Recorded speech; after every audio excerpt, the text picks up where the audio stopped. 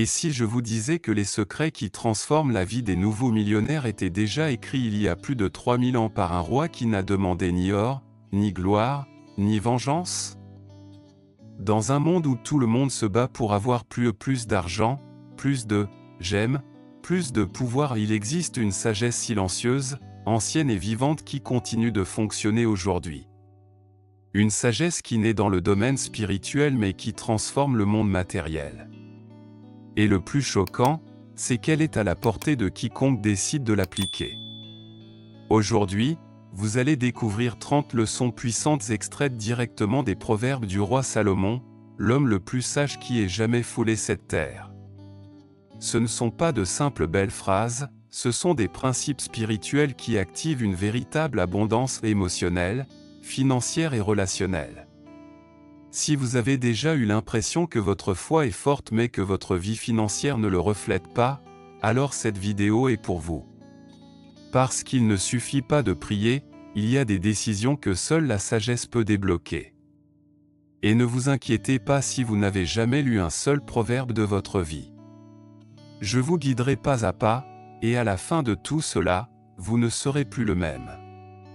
Abonnez-vous dès maintenant et activez les notifications, car il s'agit d'une série qui va bien au-delà d'une seule vidéo. Et restez jusqu'à la fin, car la toute dernière leçon est celle qui a le plus transformé ma propre vie et pourrait changer la vôtre.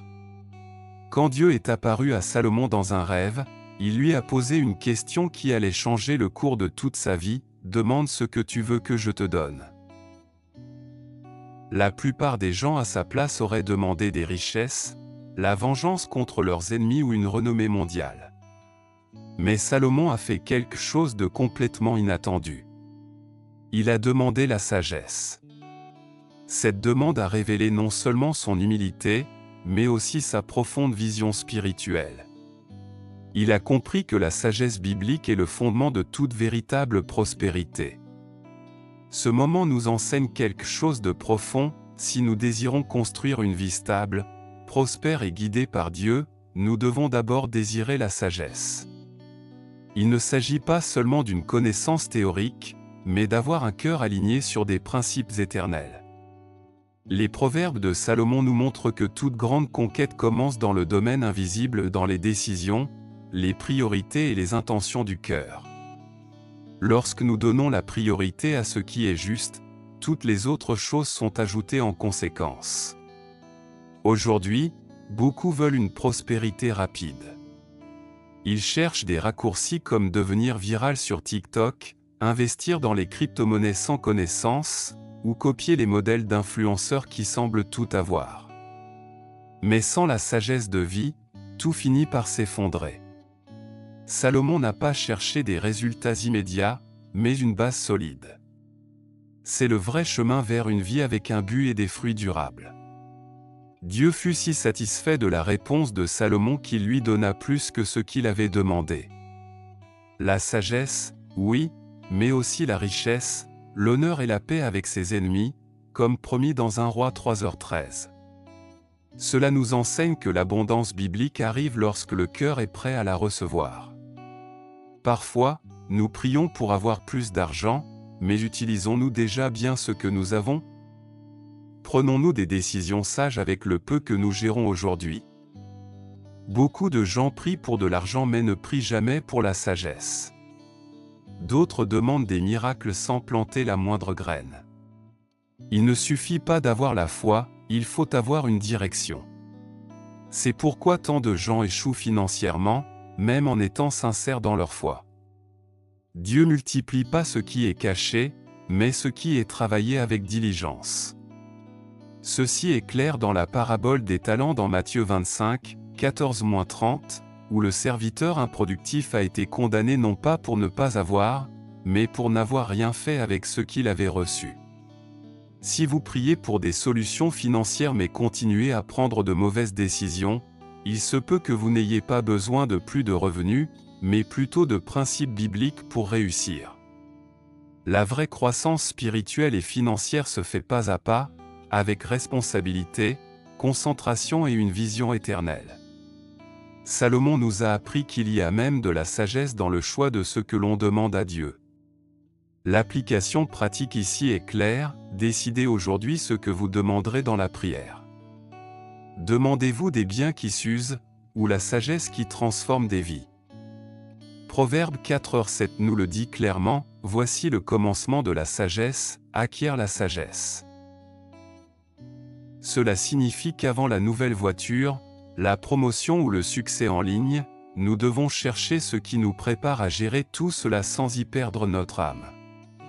Et oui, il est permis de sourire en imaginant Salomon participer à « Qui veut être mon associé ?»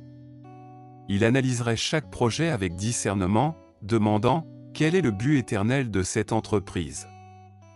Il ne se laisserait pas éblouir par des profits rapides ou des promesses vides. Ses critères seraient spirituels, stratégiques et fermes, comme les nôtres devraient l'être.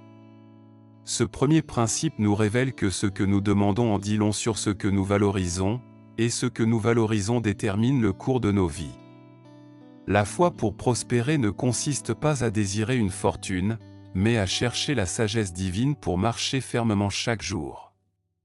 Le reste sera ajouté lorsque le cœur sera en ordre. Et si cet enseignement vous a parlé aujourd'hui, il y a plus pour vous. Il existe une série complète qui approfondit encore plus ces sujets, Loi spirituelle du roi Salomon pour la prospérité. Cette playlist contient des révélations pratiques qui complètent ce contenu et vous préparent à appliquer chaque principe dans votre vie quotidienne. Restez jusqu'à la fin de cette vidéo car je vous la laisserai juste là pour que vous puissiez y accéder sans perdre de temps.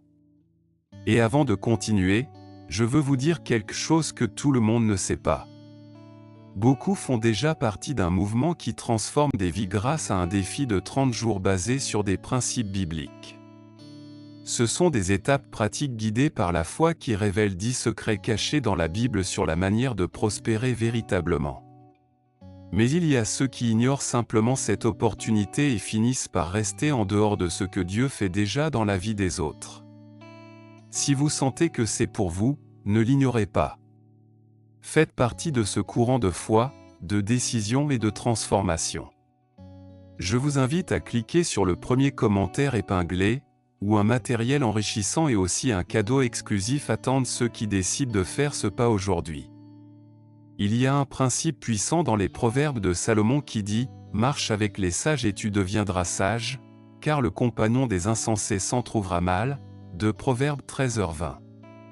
C'est une vérité qui ne fait jamais défaut, bien que beaucoup l'ignorent. Les personnes qui influencent le plus votre vie sculptent votre destinée, même lorsque vous ne vous en rendez pas compte. Écouter les mauvaises voix peut ruiner des années d'efforts, tandis que marcher avec les sages peut vous élever plus vite que vous ne pouvez l'imaginer. Aujourd'hui, nous vivons entourés d'influenceurs toxiques, de personnes qui enseignent des formules magiques, qui feignent le succès sur les réseaux sociaux mais ne vivent pas ce qu'elles prêchent. Beaucoup de gens finissent par suivre les conseils de ceux qui ne connaissent ni les principes éternels ni les vraies valeurs. Lorsque nous cherchons la sagesse, nous ne pouvons pas nous laisser emporter par les apparences. La sagesse biblique discerne le fruit, pas le déguisement. Et si quelque chose ne produit pas un fruit qui glorifie Dieu, cela n'est tout simplement pas utile pour votre vie. Salomon a eu son père, David, comme mentor, et avant d'écrire les leçons des proverbes, il a appris en observant des hommes qui marchaient avec Dieu, qui ont échoué mais se sont repentis, qui sont tombés mais n'ont pas abandonné. Il a compris que les vrais maîtres n'enseignent pas seulement avec des mots, mais avec l'exemple. Qui façonne votre façon de penser aujourd'hui? Prenez une pause et examinez cela. Laissez-vous la comparaison, le divertissement vide ou les conseils populaires vous dire comment vivre, comment dépenser, comment vous relationner? Cela peut sembler inoffensif aujourd'hui, mais un mauvais conseil à un moment clé peut vous faire perdre des années, des relations ou des ressources. Beaucoup finissent frustrés par des décisions dont, au fond, ils savaient qu'elles ne venaient pas de Dieu. Je connais l'histoire d'un jeune entrepreneur qui a tout investi dans une entreprise parce qu'un gourou en ligne lui avait promis des résultats garantis. 3 mois plus tard, il était endetté, déçu et plus éloigné de Dieu que jamais. Tout cela parce qu'il a choisi la mauvaise voie. Et ce n'est pas rare. Nous sommes tous, à un moment donné, confrontés à ce carrefour: est-ce que j'écoute ce qui sonne bien, ou ce qui vient de l'esprit? C'est pourquoi aujourd'hui, plus que jamais, vous avez besoin de sagesse pour entreprendre, pour filtrer ce que vous entendez et qui vous entoure. La Bible n'est pas seulement un livre ancien, c'est un manuel pour reconnaître les vérités éternelles dans un monde de confusion. Votre prospérité commence par vos relations. Ceux avec qui vous marchez déterminent où vous allez. Maintenant, je veux vous inviter à faire quelque chose d'important. Laissez votre sujet de prière ici dans les commentaires. Peu importe que ce soit quelque chose de financier, d'émotionnel ou de spirituel. Nous sommes là pour vous aider et prier pour vous. Et si vous le pouvez, priez aussi pour quelqu'un d'autre qui a commenté. C'est ce que faisaient les premiers disciples, comme nous le voyons dans Actes 12h5 lorsque l'Église priait sans cesse pour Pierre. Cette même foi et cette même unité peuvent déplacer des montagnes aujourd'hui. Parce que la prière n'est pas seulement demandée, c'est semer dans l'invisible ce que vous verrez plus tard de vos propres yeux. Un peu de sommeil, un peu d'assoupissement. Et la pauvreté te surprendra comme un rôdeur, de Proverbes 24, 33-34. Ce verset semble dur, mais c'est un avertissement donné avec amour. Salomon savait que le temps mal géré est l'un des plus grands voleurs de buts et de prospérité. Vous n'avez pas besoin de pécher pour perdre votre destinée, il suffit de reporter ce que Dieu vous a déjà dit de faire. Combien de fois disons-nous: je commencerai demain, la semaine prochaine, j'organiserai mes finances, un de ces jours, je me préparerai mieux. Mais ce « demain » n'arrive jamais, et pendant ce temps, la vie continue. Les opportunités n'attendent pas, les portes s'ouvrent et se ferment. Et ce que nous laissons pour plus tard devient souvent ce que nous ne vivons jamais. Dans cette génération du défilement infini, où nous passons des heures à regarder des vidéos sans signification, le plus grand ennemi se présente comme un divertissement inoffensif. Mais la vérité est que beaucoup dorment spirituellement les yeux ouverts. Ils reportent des décisions clés par peur, par insécurité ou par confort, et ainsi leur appel s'éteint lentement. Une étude récente publiée par l'Université de Navarre a analysé comment la surcharge de stimuli numériques diminue la capacité à prendre des décisions à long terme. Ce n'est pas un hasard si tant de gens aujourd'hui vivent dans un état de stagnation. Un esprit distrait ne peut pas entendre la voix de Dieu, et une foi sans action devient inefficace. Salomon valorisait le temps comme une ressource sacrée. Chaque jour était une opportunité pour avancer, construire et semer. Il savait que celui qui ne plante pas aujourd'hui ne récolte pas demain. C'est pourquoi ces proverbes sont pleins d'avertissements contre la paresse, l'oisiveté et l'indécision. Parce qu'il ne suffit pas de prier si vous ne vous levez pas pour agir. Aujourd'hui est le meilleur jour pour organiser votre agenda, fixer des priorités et commencer le changement. N'attendez pas la motivation parfaite, car parfois elle arrive lorsque vous êtes déjà en mouvement. La prospérité ne tombe pas du ciel, elle se construit avec sagesse, effort et foi active. Et si vous êtes prêt à adopter cette attitude, je vous invite à déclarer avec foi ici-bas dans les commentaires: j'ai la sagesse de Dieu pour ma vie, et donc je prospérerai. Écrivez-le avec conviction. Ce n'est pas juste une phrase, c'est une déclaration prophétique.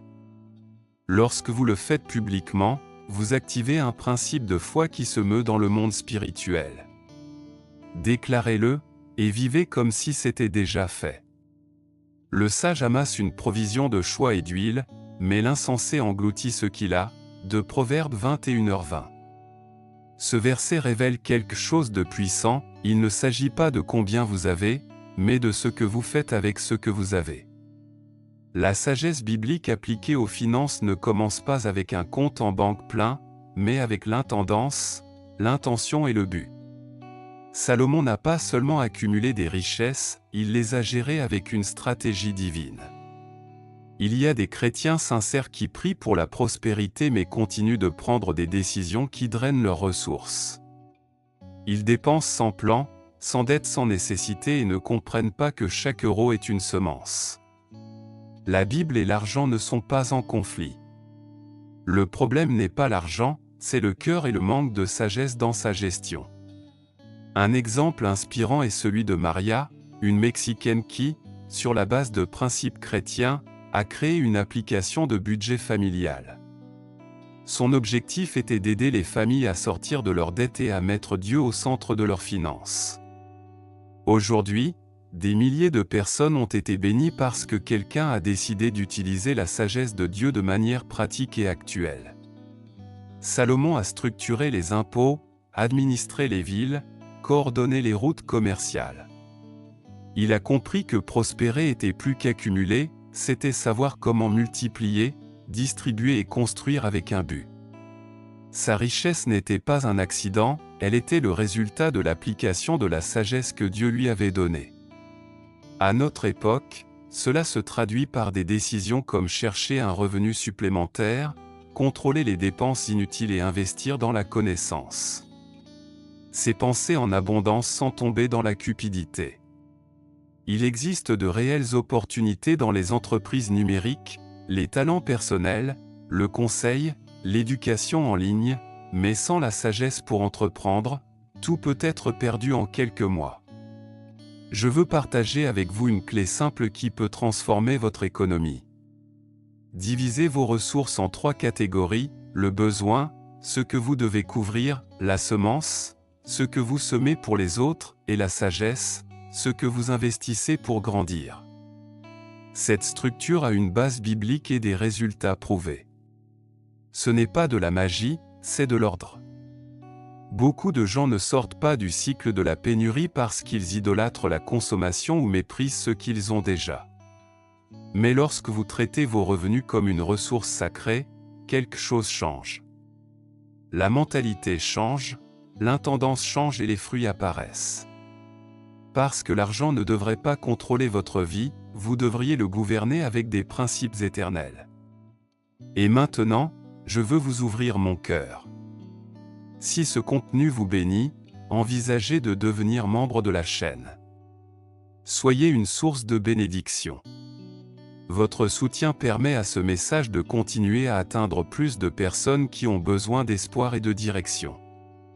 Et nous savons que Dieu multipliera vos greniers, comme il le promet dans Proverbes 3, 9-10. Mais si vous ne pouvez pas en ce moment, ce n'est pas grave. Le plus important est que cette parole vous édifie et que vous aussi, vous prospériez abondamment dans tous les domaines de votre vie. Parce qu'en fin de compte, il ne s'agit pas seulement d'argent, il s'agit de fidélité, d'obéissance et de but. Maintenant que nous comprenons l'importance d'ordonner nos finances, nous devons aussi apprendre à utiliser nos paroles comme des outils de vie et non de destruction. Proverbe 15h23 dit « On éprouve de la joie à donner une réponse de sa bouche, et combien est agréable une parole dite à propos. » Salomon savait qu'une parole mal dite peut fermer des portes, et une parole bien placée peut ouvrir des destins. Combien d'opportunités ont été perdues parce que quelqu'un n'a pas su parler? Il y a des gens talentueux qui n'ont pas été embauchés parce qu'ils ont utilisé le mauvais ton. Des familles entières se sont éloignées pour ne pas avoir su résoudre les conflits par le dialogue. Et même en affaires, une présentation peut échouer pour ne pas avoir transmis la sécurité, la vérité et le but. Salomon a apaisé les conflits avec une sagesse verbale. Il savait quand parler et quand se taire. Aujourd'hui, nous vivons dans un monde trépidant où les gens donnent leur avis avant d'écouter. Mais la sagesse de vie se démontre dans notre façon de parler. Une parole douce calme la colère. Une réponse sage évite les guerres. Même dans la Bible, nous voyons comment Jésus a utilisé des mots mesurés, directs, guérisseurs. Ils n'étaient pas nombreux, mais ils avaient du pouvoir. Aujourd'hui, plus que jamais, le monde a besoin de gens qui parlent avec foi, avec vérité et avec compassion. Des gens qui comprennent qu'un mot peut être un baume ou un poison, qui savent comment construire et non détruire. Et oui, il y a des exemples à notre époque. Des acteurs comme Keanu Reeves, par exemple, ont gagné le respect non seulement pour leur talent mais pour leur façon de parler humble, mesurée et ferme. Cela reflète le caractère, et le caractère, plus que le charisme, est ce qui construit des relations durables et des chemins solides. Et maintenant, une petite action qui peut avoir un grand impact spirituel. Écrivez dans les commentaires cette déclaration de foi: j'ai la sagesse de Dieu pour ma vie, et donc je prospérerai. Écrivez-le, en y croyant, avec autorité. Déclarez-le aux cieux et laissez vos paroles construire l'avenir que Dieu a conçu pour vous depuis le début. L'orgueil précède la ruine, et l'arrogance précède la chute, de Proverbe 15h33. Ce n'est pas seulement un avertissement, c'est une stratégie spirituelle. Salomon, bien que roi, a reconnu sa jeunesse et son manque d'expérience lorsqu'il a parlé avec Dieu dans 1 Roi 3h7. Et à cause de cette attitude, Dieu l'a élevé. Parce que dans le royaume, le chemin vers le haut commence toujours par descendre. Nous vivons à une époque d'autopromotion. Aujourd'hui, tout semble tourner autour de qui crie le plus fort, qui montre le plus de réussite, qui a le plus d'abonnés. Mais dans les cieux, les vrais géants sont ceux qui s'agenouillent. La sagesse biblique enseigne que le vainqueur n'est pas le plus rapide, mais celui qui avance dans l'obéissance, pas à pas, avec humilité. Salomon a été honoré par Dieu non pas parce qu'il se croyait sage, mais parce qu'il a su reconnaître qu'il ne savait pas. Et c'est quelque chose que peu de gens font aujourd'hui. Admettre que nous avons besoin d'aide, de conseils ou de correction est considéré comme une faiblesse, mais en réalité, c'est une force spirituelle. C'est là que Dieu agit. L'humilité ouvre des portes que l'arrogance ne touchera jamais dans la vie, en affaires, dans la famille. Parce que les gens peuvent tolérer les erreurs, mais ils ne peuvent pas tolérer l'orgueil. Et si Dieu lui-même résiste aux orgueilleux, comment peut-il marcher à leur côté? Il s'approche de ceux qui sont brisés, de ceux qui ne dépendent pas seulement d'eux-mêmes. Je veux vous raconter l'histoire de Matt Rimac, un entrepreneur croate qui a révolutionné l'industrie de la voiture électrique en Europe. Pendant que d'autres cherchaient l'attention, il se concentrait sur la construction en silence. Aujourd'hui, il possède une entreprise évaluée à des millions, et sa philosophie est simple: faites le travail. Soyez humble. Laissez les résultats parler. Dans le domaine spirituel, c'est encore plus puissant. Dieu élève celui qui s'humilie. Jésus l'a dit, et Salomon l'a vécu. Parce que lorsque vous reconnaissez votre besoin de direction, de sagesse, d'aide divine, le ciel se meut en votre faveur. Il ne s'agit pas de feindre l'humilité, mais de la vivre avec un but. Je veux vous encourager à examiner votre cœur aujourd'hui. Y a-t-il des domaines où vous essayez de prouver quelque chose aux autres alors que vous devriez le remettre à Dieu? Y a-t-il des relations où vous devez cesser d'avoir raison et commencer à demander pardon? L'humilité guérit plus que n'importe quel argument.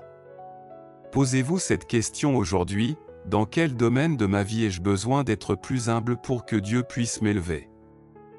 Écrivez-le si vous en avez besoin. Parlez à Dieu si vous le ressentez.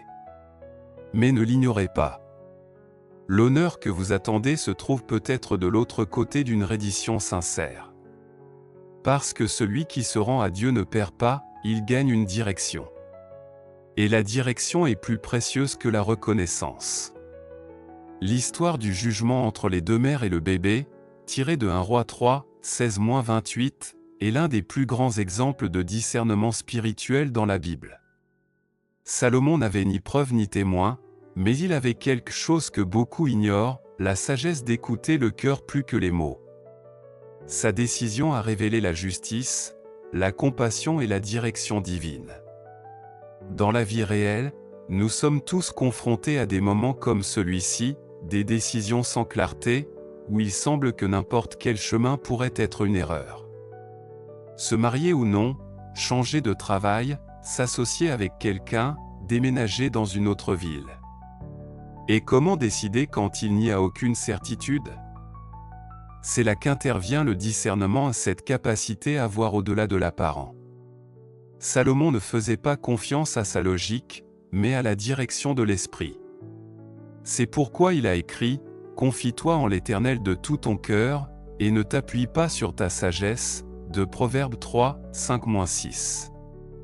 Il savait que la paix intérieure vaut souvent plus que 1000 arguments, que lorsque Dieu guide, même les risques se transforment en protection. Un manque de discernement a coûté des mariages, des entreprises, des amitiés et des années de vie. Parfois, ce n'est qu'après la tempête que nous comprenons que c'était la mauvaise décision. Mais la sagesse n'est pas d'avoir peur de choisir, c'est d'avoir le courage de prier avant de le faire et la foi d'agir lorsque Dieu confirme. Je connais des cas réels de personnes qui ont évité des tragédies parce qu'elles ont obéi à un « non » de Dieu, même quand tout semblait parfait. Une femme qui allait investir dans un projet tentant, mais quelque chose dans son esprit ne lui donnait pas la paix. Quelques mois plus tard, ce même projet a été accusé de fraude. Ce « non » était sa protection. Et combien de fois avez-vous ressenti ce malaise et pourtant vous êtes quand même allé de l'avant? Par pression, par peur de mal paraître, ou par anxiété pour les résultats.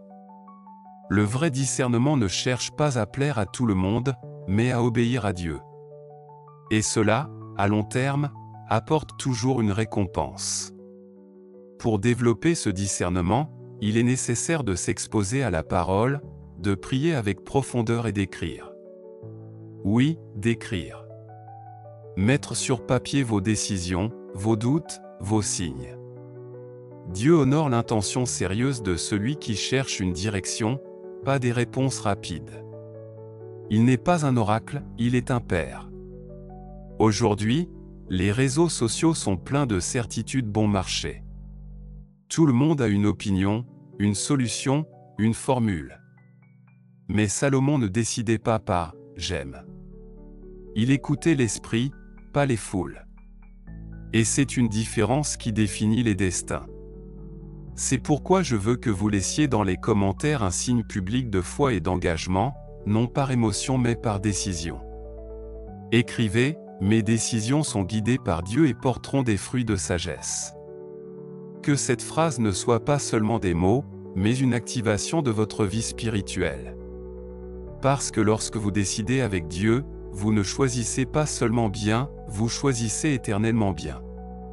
La main diligente procure la richesse, mais la main paresseuse amène la pauvreté, de Proverbes 10h4. Ce verset n'adoucit pas la réalité, il la dit telle qu'elle est. La prière sans action est de la procrastination spirituelle. Beaucoup prient pour des portes ouvertes mais ne sont pas prêts à les franchir lorsque Dieu tourne la poignée.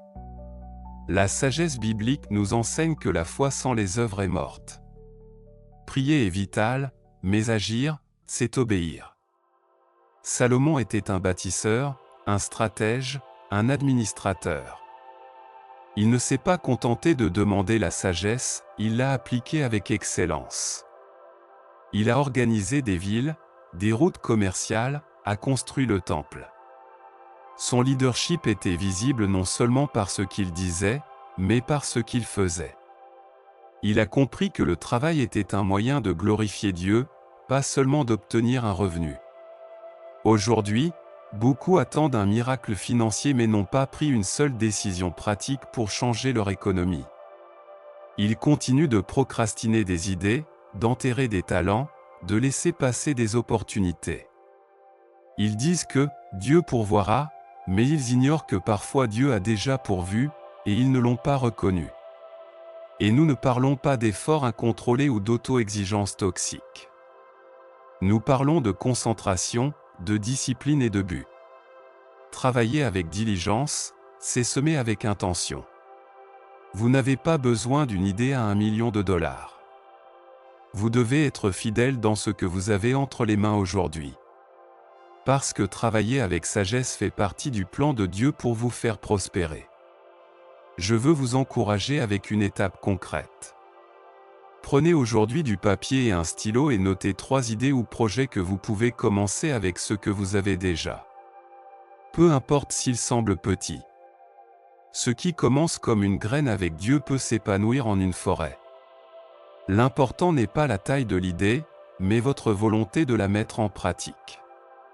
Et rappelez-vous ceci, Dieu ne bénit pas le désir, il bénit la décision.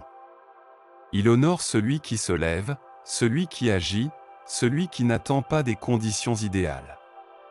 La foi qui déplace des montagnes est la même qui meut votre corps pour travailler, votre esprit pour créer, votre esprit pour persister. Parce que la prospérité se construit avec une obéissance quotidienne. Qu'on ne dise pas de vous que vous avez beaucoup prié mais peu fait. Qu'on dise que votre foi s'est vue dans votre agenda, dans votre effort, dans vos mains. Et là, oui, le ciel répond par la multiplication. Le séjour des morts et l'abîme sont insatiables, et les yeux de l'homme ne sont jamais satisfaits, de Proverbes 27, 20. C'est l'une des vérités les plus confrontantes du livre des Proverbes. Le cœur humain, sans direction, veut toujours plus d'argent, plus de visibilité, plus de pouvoir. Et le problème n'est pas de désirer, mais de ne pas savoir pourquoi nous désirons. Salomon a vécu cela de première main. Il a tout eu, richesse, femme, reconnaissance, pouvoir. Et à la fin de ses jours, il a écrit dans l'Ecclésiaste 1h2, « Vanité des vanités ». Tout est vanité. Il n'a pas dit cela par théorie, mais par expérience. Parce que sans but, l'abondance devient un fardeau, pas une bénédiction. Nous vivons à une époque de comparaison constante. Sur les réseaux sociaux, il semble que tout le monde voyage plus, gagne plus, sourit plus. Et cette pression silencieuse crée une anxiété invisible. Nous voulons ce que l'autre a sans savoir si c'est ce que Dieu veut pour nous. Mais l'abondance biblique ne consiste pas à tout avoir, mais à savoir valoriser ce que vous avez déjà. Une personne peut gagner 10 fois plus que vous et être 10 fois moins heureuse, car le bonheur n'est pas dans le chiffre, mais dans le but. Le vrai succès financier commence lorsque vous arrêtez de courir en compétition et commencez à marcher par conviction. Lorsque vous comprenez que Dieu ne vous compare pas, mais vous appelle. Pensez à la série Succession. Tous les personnages avaient tout, et pourtant ils vivaient dans un chaos constant, la trahison et l'insatisfaction. Parce que là où il n'y a pas de direction spirituelle, la richesse ne fait qu'amplifier les vides. Et c'est plus courant qu'il n'y paraît. Le manque de but ne respecte ni les chiffres ni les noms de famille. Je veux vous inviter à un moment de sincérité. Prenez 5 minutes et écrivez sur une feuille de papier, « Pourquoi est-ce que je veux ce que je veux ?» Si vos objectifs n'ont pas de fondement, ils vous épuiseront. Mais s'ils sont alignés sur la volonté de Dieu, ils vous soutiendront, même les jours difficiles. Parce que vivre avec sagesse chaque jour signifie aussi savoir dire « non » à une mauvaise ambition. Le contentement n'est pas de la résignation, c'est de la maturité. C'est reconnaître que votre valeur ne dépend pas de ce que vous accomplissez, mais de ce que vous portez, que votre identité est en Christ, pas dans votre compte en banque, et que la vraie joie vient de vivre en paix intérieure. Et maintenant, pour clore ce moment avec un acte de foi, je vous demande de commenter ci-dessous, « Dieu est ma source, et son but me suffit pour prospérer ». Écrivez-le comme une affirmation spirituelle, un renoncement au bruit de ce monde et une acceptation de ce que Dieu veut faire avec vous. Parce que lorsque le cœur est aligné, la provision n'est pas loin derrière. L'homme de bien laisse un héritage aux enfants de ses enfants, de Proverbes 13h22. Salomon n'était pas seulement connu pour sa sagesse de son vivant, ses paroles et ses enseignements ont marqué des générations, et aujourd'hui, des milliers d'années plus tard, nous continuons d'apprendre de lui. Parce que la sagesse biblique n'expire pas, ne se démode pas, elle devient un héritage éternel. Nous vivons dans une culture qui valorise l'immédiat, le viral, le momentané. Mais que laissons-nous vraiment derrière nous lorsque nous quittons ce monde ? On ne se souviendra pas de nous pour ce que nous avons accumulé, mais pour ce que nous avons semé, pour les valeurs que nous avons laissées, pour les principes que nous avons inspirés, pour la foi que nous avons cultivée chez les autres. Peut-être n'avez-vous pas reçu un fort héritage spirituel de vos parents. Peut-être avez-vous grandi dans la pénurie, la douleur ou l'abandon. Mais cela ne définit pas ce que vous allez construire. Vous pouvez être celui qui brise les cycles, qui commence une nouvelle histoire, qui laisse un héritage de foi, de caractère et de but. Salomon a compris que l'héritage n'est pas seulement physique, mais spirituel. C'est pourquoi il a écrit les Proverbes, pour que les autres puissent mieux vivre, pour que les générations suivantes ne fassent pas les mêmes erreurs. Vous pouvez faire de même avec votre exemple, avec vos décisions, avec vos paroles. Beaucoup de parents aujourd'hui sont présents avec des cadeaux mais absents en matière de direction. Ils se concentrent sur le succès professionnel et négligeant le leadership à la maison. Mais enseigner à vos enfants à prier, à honorer, à décider avec sagesse, c'est une richesse qui ne se dévalue pas. C'est une vie avec un but réel. Pensez Y, quelle histoire racontera Théon de vous quand vous ne serez plus là? Quelle phrase de vous vos enfants ou vos disciples répéteront-ils? Quelles valeurs vivront-ils grâce à ce que vous avez vécu aujourd'hui? Ces questions ne devraient pas générer de la culpabilité, mais de la direction. Vous êtes encore à temps d'écrire un nouveau récit. Je vous propose quelque chose de pratique. Écrivez une lettre avec 3 principes que vous aimeriez que vos enfants apprennent. Même si vous n'avez pas d'enfants, pensez à quelqu'un que vous pouvez influencer. Cette lettre fera partie de votre héritage, un document spirituel qui restera au-delà de vos paroles prononcées. Un exemple puissant est Denzel Washington, qui a partagé dans de multiples interviews comment sa mère lui a appris à prier. Il attribue une grande partie de sa discipline et de sa foi à ses racines non pas pour la gloire, mais par conviction. Parce que le caractère d'une génération commence par les semailles d'une autre. Et avant de continuer, je veux vous rappeler quelque chose de précieux. Si vous n'avez pas encore entre les mains le matériel spécial avec les 10 secrets bibliques de la sagesse financière et le défi de 30 jours, cliquez sur le premier commentaire épinglé. Ne restez pas en dehors de ce que beaucoup vivent déjà. Dieu veut vous utiliser comme un canal de bénédiction, mais pour cela, vous devez d'abord recevoir. Parce que l'héritage commence aujourd'hui avec ce que vous décidez d'appliquer à partir de maintenant. Vous avez reçu aujourd'hui 30 leçons de sagesse des proverbes du roi Salomon et des principes éternels qui peuvent transformer votre vie spirituelle, émotionnelle et financière. Mais il ne suffit pas de savoir, ce qui est puissant, c'est d'appliquer. Que cette parole ne reste pas seulement dans votre esprit, mais qu'elle descende dans votre cœur et se traduise par des décisions réelles, cohérentes et avec un but. Maintenant, je vous invite à faire 2 choses très spéciales. Premièrement, allez sur la playlist « Loi spirituelle du roi Salomon pour la prospérité ». Vous y découvrirez comment appliquer ces principes avec encore plus de profondeur dans des domaines spécifiques de votre vie. Ce n'est pas une option si vous souhaitez aller plus loin, c'est une étape vitale. Vous la trouverez à la fin de cette vidéo. Deuxièmement, devenez membre de cette chaîne.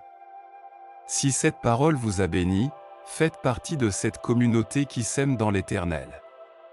Votre soutien nous permet de continuer à apporter cette vérité à plus de gens, et nous croyons que Dieu multipliera votre générosité comme il le promet dans sa parole. Mais si vous ne pouvez pas aujourd'hui, ne vous inquiétez pas. L'important est que cette semence vous transforme de l'intérieur. Et bien sûr, ne partez pas sans laisser votre sujet de prière dans les commentaires.